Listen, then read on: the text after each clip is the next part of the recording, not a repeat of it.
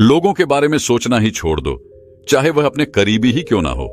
खुद पर ध्यान दो, खुद के ऊपर काम करो, खुद को कैसे बदलना है, इस विषय पर हम आज एक आपको कहानी सुनाएंगे। तो चलिए शुरुआत करते हैं। बहुत समय पहले की बात है। एक बहुत ही बुद्धिमान सन्यासी एक जंगल के पास अपनी कुटिया बनाकर रहा करता था। जो भी उनके पास अपनी समस्या लेकर आता, वह बहुत ही बुद्धिमानी से उसकी समस्या का समाधान निकाल देते। एक दिन वह वहीं पास के ही एक गांव में भिक्षाटन के लिए गए। जब वो भिक्षा मांगकर वापस लौट रहे थे, तो रास्ते में उन्हें एक युवा व्यक्ति ने रोक लिया और कहा, मैंने सुना है कि आप किसी भी समस्या को बड़ी बुद्धिमानी से सुलझा देते हैं। हालांकि मुझे तो ज्यादा विश्वास नहीं कि आप मेरी इस जटिल समस्या को सुलझा पाएंगे, लेकिन मैंने लोगों से आपकी बुद्धिमानी के बहुत से किस्से सुन रखे हैं। इसलिए मैं आपसे एक बात जानना चाहता हूं कि हमें किसी भी काम में असफलता की घबराहट क्यों होती है, और हम अपने किसी भी लक्ष्य को असफलता के घबराहट के बिना कैसे प्राप्त कर सकते हैं। युवा व्यक्ति का यह प्रश्न सुन बौद्ध सन्यासी मुस्कुराए और बोले, मैं तुम्हारे इस प्रश्न का उत्तर जरूर दूंगा, और उसके बाद से तुम्हारी सारी घबराहट भी खत्म हो जाएगी। लेकिन उससे पहले तुम्हें मेरे साथ मेरी कुटिया तक चलना होगा। वह युवा लड़का उस सन्यासी की बुद्धिमत्ता को परखना चाहता था, इसीलिए वह कुटिया तक जाने के लिए तैयार हो गया। इसके बाद वह बौद्ध सन्यासी उस लड़के को अपने जंगल के पास बनी कुटिया में लेकर आए, लेकिन तब तक शाम हो चुकी थी, इसीलिए वह भोजन करके सो गए। अगले दिन जब वह उठे, तो बुद्धिमान सन्यासी ने उस लड़के से कहा, चलो आज मैं तुम्हें जंगल की सैर करा के लाता हूं। और वह दोनों जंगल की तरफ निकल पड़े। कुछ देर बाद बुद्धिमान सन्यासी ने उस लड़के को एक गुफा दिखाई और कहा, चलो मैं तुम्हें उस गुफा की सैर कराता हूं। लड़के ने कहा, हाँ चलिए, मुझे भी जंगल की गुफा देखने की काफी दिनों से इच्छा थी। इसके बाद वे दोनों गुफा के अंदर चले गए। गुफा के अंदर काफी अंधेरा था, लेकिन थोड़ी देर बाद बौद्ध सन्यासी चुपके से गुफा से बाहर निकल आए और उस गुफा के द्वार को बाहर से बंद कर दिया। उस लड़के ने गुफा के भीतर से बहुत आवाज दी कि मुनिवर कहाँ हैं आप, कहाँ चले गए, मुझे जवाब क्यों नहीं दे रहे। लेकिन बहुत देर तक कोई जवाब न मिलने के बाद वह घबरा गया और घबराकर गुफा के द्वार की तरफ भागा। जैसे ही वह गुफा की प्रवेश द्वार पर पहुंचा, वह हैरान रह गया। यह क्या, यहां तो किसी ने गुफा के द्वार को बाहर से बंद कर दिया है। अब मैं बाहर कैसे निकलूंगा। अब वह अकेले अकेले उस अंधेरी गुफा में काफी भयभीत और परेशान हो गया। वह सोचने लगा कि कहीं उस सन्यासी ने उसे मारने की योजना तो नहीं बनाई थी। अब वह गुफा में इधर उधर घूमकर बाहर निकलने का रास्ता ढूंढने लगा। वह गुफा में काफी देर तक इधर उधर भटकता रहा, लेकिन उसे बाहर निकलने का कोई रास्ता नहीं मिला। अब उसे जोरों की प्यास और भूख भी लग रही थी, इसीलिए वह शांत होकर एक जगह बैठ गया। तभी उसे एक सुरंग से सूर्य की रोशनी आती हुई दिखाई दी, और उस रोशनी आने वाली सुरंग तक पहुंचना बहुत ही कठिन था, क्योंकि चारों तरफ बस अंधेरा ही अंधेरा था, और वह सुरंग भी काफी ऊंचाई पर थी। पर फिर भी वह तुरंत उठा और अपनी सारी भूख प्यास को भूलकर अपना सारा ध्यान उस गुफा से बाहर निकलने पर लगा दिया। काफी मेहनत और प्रयास करने के बाद वह उस सूर्य की रोशनी आने वाली सुरंग तक पहुंच गया, और कुछ दूर तक उस सुरंग में ही ऊपर चढ़ता गया। तभी अचानक उसे वह सन्यासी हाथ आगे बढ़ाता हुआ दिखाई दिया। वह लड़का झट से उस सन्यासी का हाथ पकड़कर बाहर आ गया, और बाहर निकलते ही उस सन्यासी को गुस्से से चिल्लाकर कहा, मुनिवर आप पागल हो गए हैं। आप मुझे अंधेरी गुफा में अकेले छोड़कर आ गए। आपको पता है मैं कितना भयभीत हो गया था और मुझे कितने जोरों की प्यास लगी है। उस सन्यासी ने मुस्कुराते हुए उसे पानी दिया और कहा, अब मेरी बातों को ध्यान से सुनना। तुम इस गुफा के बाहर सिर्फ दो कारणों की वजह से निकल पाए, जिसने तुम्हें इस गुफा से बाहर निकलने के लिए मजबूर किया। पहला कारण, क्योंकि तुम्हें जोरों की प्यास और भूख लगी थी, और दूसरा कारण, तुम्हें वहां घुटन महसूस हो रही थी, क्योंकि तुम्हें मित्रों और परिवार वालों के साथ रहने की आदत पड़ चुकी है। अब मैं तुम्हें दो मुख्य कारण बताता हूं, जिसकी वजह से तुम इस गुफा से बाहर निकल पाए। पहला कारण, क्योंकि तुम्हारे साथ वहां यह कहने के लिए लोग नहीं थे कि इतने अंधेरे में इतनी ऊंचाई पर तुम उस सुरंग तक कैसे पहुंच पाओगे, यह तो असंभव है। और दूसरा कारण, वहां यह कहने के लिए भी लोग नहीं थे कि चलो कोई दूसरा रास्ता देखते हैं, इससे भी आसान रास्ता मिल जाएगा और हम बहुत आसानी से इसको फिर से बाहर निकल जाएंगे। सफलता प्राप्त करने का नियम भी कुछ ऐसा ही है। यह तो मैंने तुम्हें सफलता कैसे प्राप्त करी इसकी एक छोटी सी दुनिया बनाकर दिखाई है, और वास्तविक दुनिया इससे कहीं अधिक जटिल होती है। वहां हमें सलाह देने के लिए बहुत से फालतू लोग मिल जाते हैं जो खुद तो कुछ कर नहीं पाए, लेकिन हमें ज्ञान देंगे कि यह मत करो, यह बहुत कठिन है, यह तुमसे ना हो पाएगा, इससे अच्छा तो तुम वह काम कर लो, उसमें तुम्हें निश्चित रूप से सफलता मिल जाएगी। और ऐसे ही वह हमारे दिमाग को भटका कर चले जाते हैं और हमें खुद पर संदेह होने लगता है। सफलता ना मिलने का एक बड़ा कारण यह भी है कि सफलता प्राप्त करने की प्रक्रिया बहुत लंबी होती है, और यहां जब हमारा मन घंटों घंटों में बदल जाता है तो फिर लक्ष्य प्राप्ति के महीनों और सालों के प्रयास में ही हमारा मन क्यों नहीं बदलेगा। हमारा मन बदल ही जाता है और हम उस रास्ते को छोड़कर अलग अलग राष्ट्रीय अपनाने लगते हैं। गौतम बुद्ध अक्सर अपने शिष्यों से कहा करते थे कि परेशानियां हमें तभी दिखती हैं जब हमारा ध्यान हमारे लक्ष्य पर नहीं होता। और यह बात 100% सही है। जैसे जब एक तीरंदाज तीर मारने वाला होता है तो वह अपनी एक आंख को बंद कर लेता है और दूसरी आंख से सिर्फ लक्ष्य को देखता है, तब जाकर वह अपने लक्ष्य को भेद पाता है। ठीक इसी प्रकार हमें सफलता का डर तभी लगता है जब हमारा ध्यान अपने लक्ष्य पर न होकर रास्ते पर आने वाली कठिनाइयों पर होता है। तुम इस गुफा से बाहर इसीलिए निकल पाए क्योंकि तुम्हें गुफा के अंदर सुरंग से आने वाली रोशनी के अलावा और कुछ दिखाई नहीं पड़ रहा था। अगर उस गुफा के अंदर प्रकाश होता तो तुम वहां के बड़े बड़े गड्ढों और कीड़े मकोड़ों को देखकर डर जाते और वहीं भटकते रह जाते। इसीलिए अपना सारा ध्यान केवल अपने लक्ष्य पर टिकाए रखो और आसपास क्या हो रहा है, लोग क्या बोल रहे हैं, उस पर ध्यान देना बंद कर दो। तुम्हारे मित्र और रिश्तेदार क्या कर रहे हैं, उन्हें सफलता मिली कि नहीं, ये सब देखना बंद कर दो और केवल खुद के काम पर ध्यान दो। फिर देखना कि जब तुम्हारा समय आएगा तो लोग खड़े होकर तुम्हारे लिए तालियां बजाएंगे। और इतना कहकर वह बुद्धिमान सन्यासी मौन हो गए। उस युवा लड़के ने कहा, मुनिवर, आपने तो आज मेरी आंखें ही खोल दी। आपने कही हर एक बात में ही मुझे बुद्धिमानी नजर आई। आप सच में बहुत बुद्धिमान हैं, इसीलिए सभी आपको बुद्धिमानी का लोहा मानते हैं। मैं आपको वचन देता हूं कि आज से मैं मेरे मन को कभी भी असफलता के डर से नहीं सताऊंगा। मैं अपना पूरा ध्यान सिर्फ अपने काम पर लगाऊंगा और जल्दी ही एक सफल व्यक्ति बनकर दिखाऊंगा। इतना कहकर उस लड़के ने बुद्धिमान सन्यासी का धन्यवाद किया और वापस अपने गांव चला गया।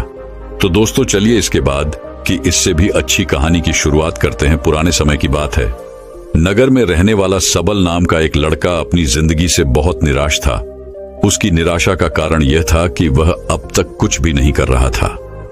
उसके माँ बाप उसे ताने मारते कि तेरे सारे मित्र कुछ ना कुछ कर रहे हैं, लेकिन तू अभी भी घर में ही बैठा हुआ है। मित्रों के बीच भी अक्सर उसका मजाक ही बनता। वह कहीं जाता तो लोग उससे पूछते कि क्या कर रहे हो। उसे यह बताने में बड़ी शर्म आती कि अभी वह कुछ भी नहीं कर रहा।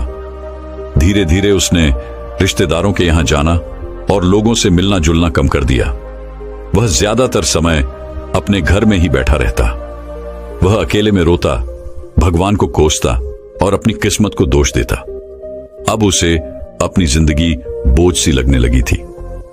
कभी कभी वह सोचता कि जब वे कुछ करने के लायक ही नहीं हैं, तो फिर उसके जिंदा रहने का भी क्या फायदा, उसे तो मर जाना चाहिए। एक दिन वह अपने नगर की एक सड़क से गुजर रहा था। तभी उसने देखा कि एक गुरु दुख के ऊपर प्रवचन दे रहे हैं। वह भी वहीं भीड़ में पीछे बैठ गया और गुरु के प्रवचन सुनने लगा। गुरु बोल रहे थे कि दुख एक गुरु की भांति होता है जो हमें जीवन की सच्चाई दिखाता है और हमें सही से जीवन जीने का तरीका सिखाता है। आप चाहें तो अपने दुख रूपी गुरु से जीवन जीना भी सीख सकते हैं और चाहें तो उस दुख में डूबकर बैठकर रो भी सकते हैं।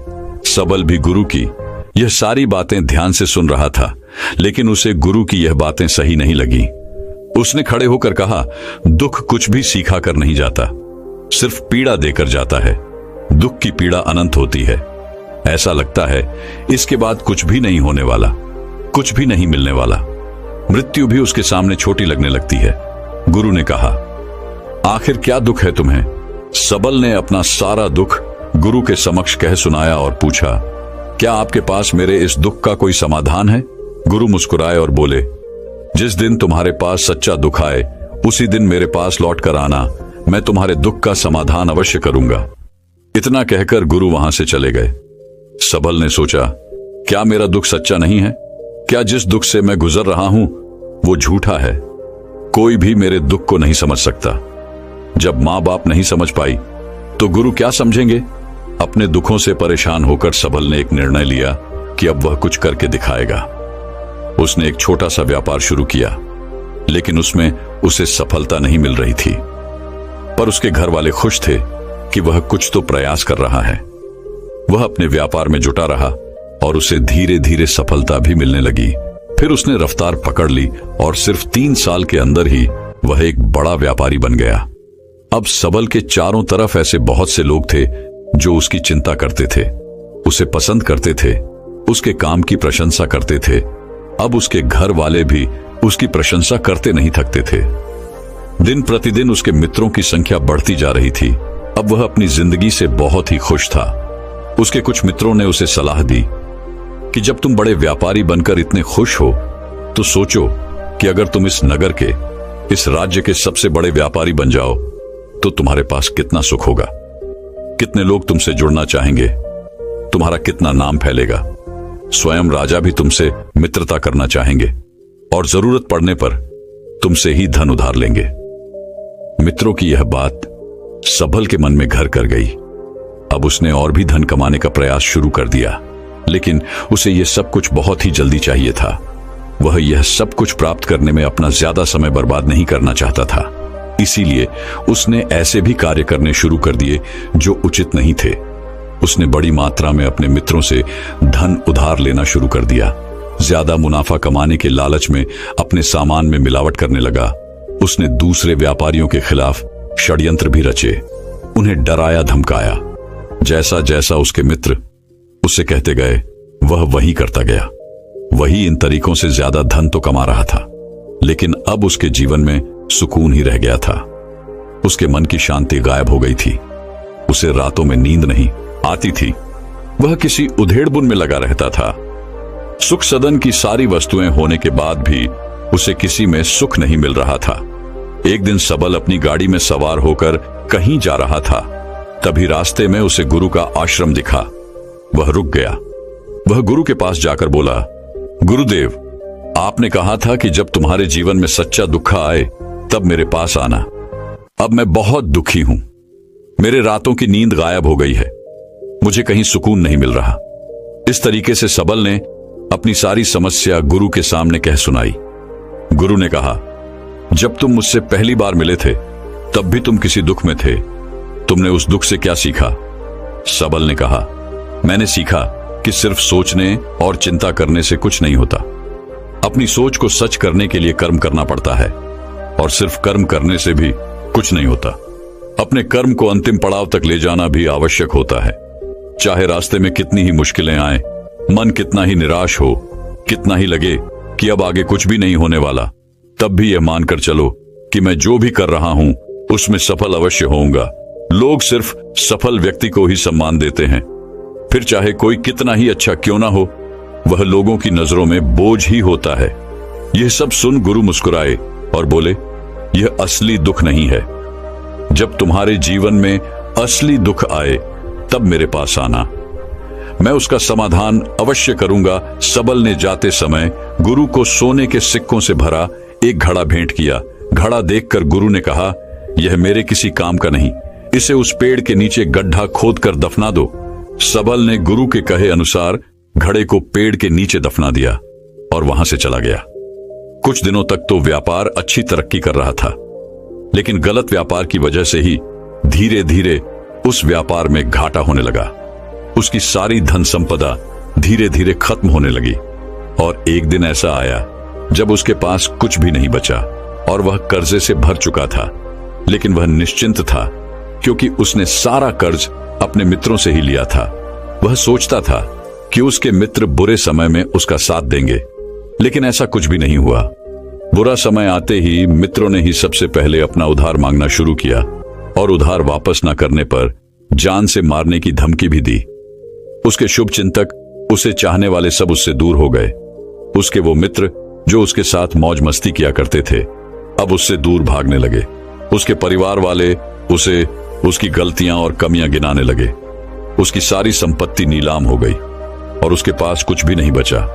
उसने अपने पिता से सहायता मांगी तो पिता ने कहा, मेरे पास यह थोड़ी सी ही संपत्ति है, अगर मैं यह भी तुम्हें दे दूंगा तो तुम्हारी मां को कहां रखूंगा? यह संपत्ति ही हमारा आखिरी सहारा है। सबल के भीतर बहुत गहरा दुख था। उसके आसपास ऐसा कोई भी नहीं था जो उसके दुख को समझ सके, उसे संभाल सके। लोगों से मिले इस धोखे और विश्वासघात की वजह से ही वह अंदर तक टूट गया। उसे लगने लगा, अब जीने का क्या मतलब? अब तो मृत्यु ही एकमात्र सहारा है। वह आत्महत्या करने एक पहाड़ी की तरफ जा रहा था कि तभी उसे याद आया, गुरु ने कहा था, जब तुम्हारे जीवन में असली दुख आए तब मेरे पास आना। सबल गुरु के पास गया और अपना सारा दुख कह सुनाया। वह आंखों में आंसू भरकर बोला, मेरे इस दुख का समाधान कीजिए गुरुदेव। गुरु ने कहा, जब तुम्हारे जीवन में असली दुख आए तब मेरे पास आना, मैं उसका समाधान अवश्य करूंगा। सबल ने कहा, अभी जो मेरे जीवन में घट रहा है वह दुख नहीं है। आखिर असली दुख होता क्या है गुरुदेव? गुरु ने कहा, सबसे पहले तुम यह बताओ कि तुमने अपने इस दुख से क्या सीखा? सबल ने कहा, मैंने सीखा कि जो लोग हमारी सफलता, हमारी तरक्की की वजह से हमारे जीवन में आए हैं वह हमें धोखा अवश्य देंगे, क्योंकि वह बुरे समय में हमारे साथ खड़े नहीं होंगे। वह केवल अच्छे समय में हमारा फायदा उठाएंगे और बुरे समय में छोड़कर चले जाएंगे।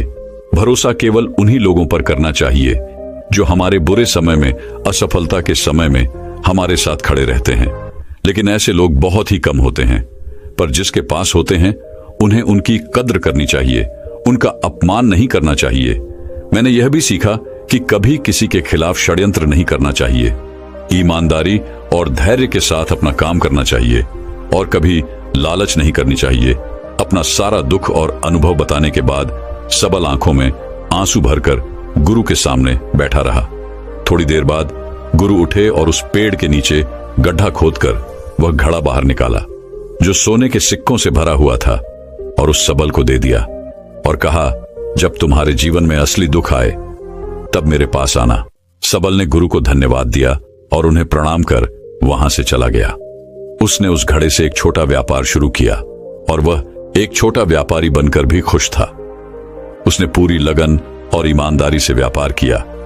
देखते ही देखते वह अपने नगर का फिर एक बड़ा व्यापारी बन गया। उसका जीवन खुशियों और सुविधाओं से भर गया। लेकिन कोई कितना भी अच्छा हो, कितना भी अच्छा काम करे, दान करे, लोगों की मदद करे, लेकिन जीवन में दुख तो आता ही है। तो सबल के जीवन में भी दुख आया। उसके माता पिता एक ही दिन में मृत्यु को प्राप्त हो गए।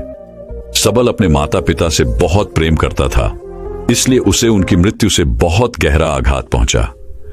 वह उन दोनों के पार्थिव शरीर को शमशान घाट ले गया जहां उनकी अंतिम क्रिया की गई।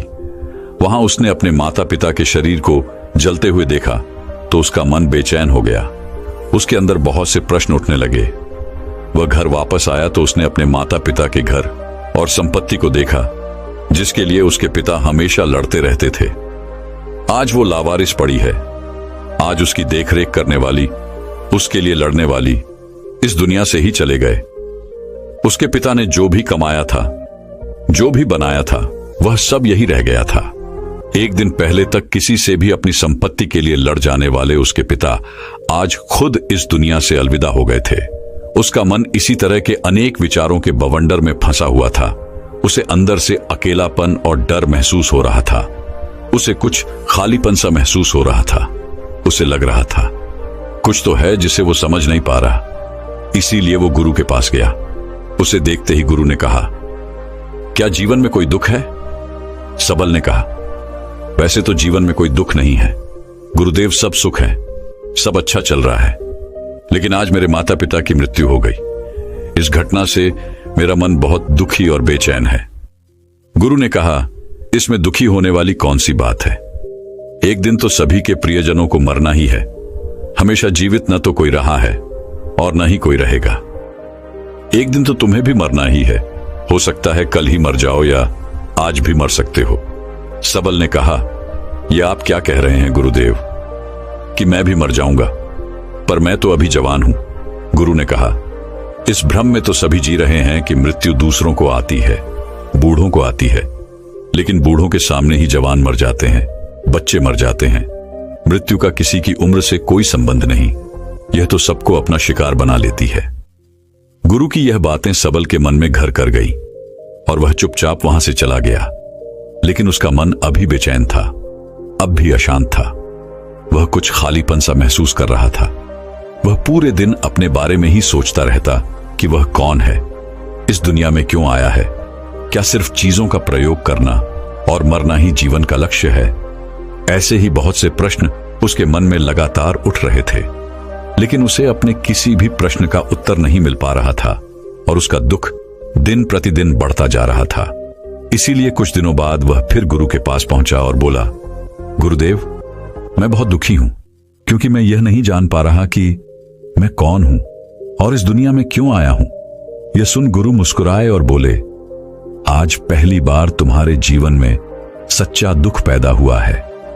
वास्तव में यही है जो दुख कहलाने के लायक है, कि हमें पता नहीं कि हम कौन हैं, क्यों आए हैं, क्या करना है, कैसे करना है। सबल ने कहा, गुरुदेव, मेरे इस दुख का समाधान कीजिए। गुरु ने कहा, हम सभी इंसान जीवन भर क्या इकट्ठा करते रहते हैं। सबल ने कहा, हम सभी इंसान जीवन भर धन, संपत्ति, मान सम्मान, परिवार, मित्र, पद प्रतिष्ठा इत्यादि इकट्ठा करते रहते हैं। गुरु ने कहा, क्या इन इकट्ठा की हुई सभी चीजों में से एक भी चीज हम अपने साथ ले जा सकते हैं। सबल ने कहा, नहीं गुरुदेव, इनमें से कुछ भी साथ नहीं जाता। मेरे माता पिता के साथ भी कुछ नहीं गया, सब तो यही छूट गया, घर, परिवार, संपत्ति, सब कुछ। गुरु ने कहा, अब मेरी बातों को ध्यान से सुनना। इस दुनिया में हमें जो इकट्ठा करना चाहिए वो तो हम कभी इकट्ठा करते ही नहीं। चीजें हमारे सामने ही होती हैं, लेकिन हम उन्हें देखने का प्रयास ही नहीं करते। इस दुनिया में हमें जिस चीज को इकट्ठा करना है वह हम खुद हैं। हमें खुद को ही इकट्ठा करना है ताकि जब मृत्यु हो तो हम एक हो सके और स्वयं को पहचान सके।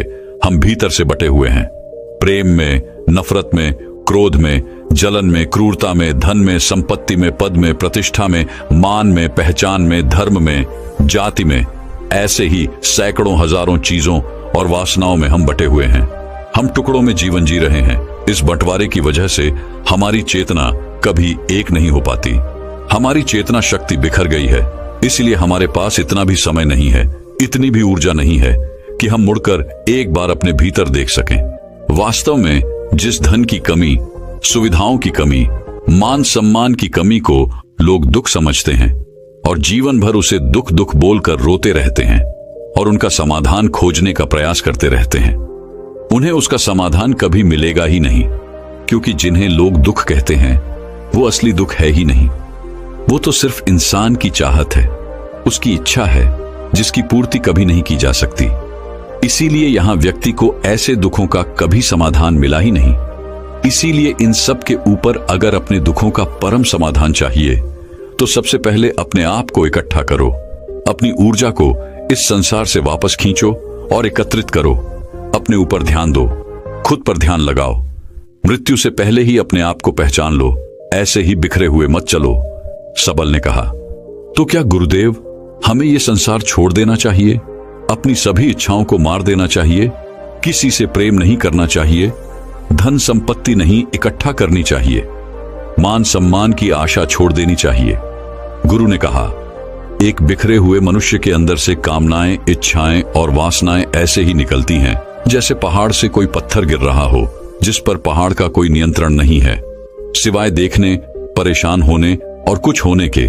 इसी प्रकार एक बिखरे हुए मनुष्य की इच्छाएं अनियंत्रित और दुखदायी होती है। उसका अनियंत्रित मन कुछ भी इच्छाएं और कल्पनाएं करता रहता है और दुखी होता रहता है।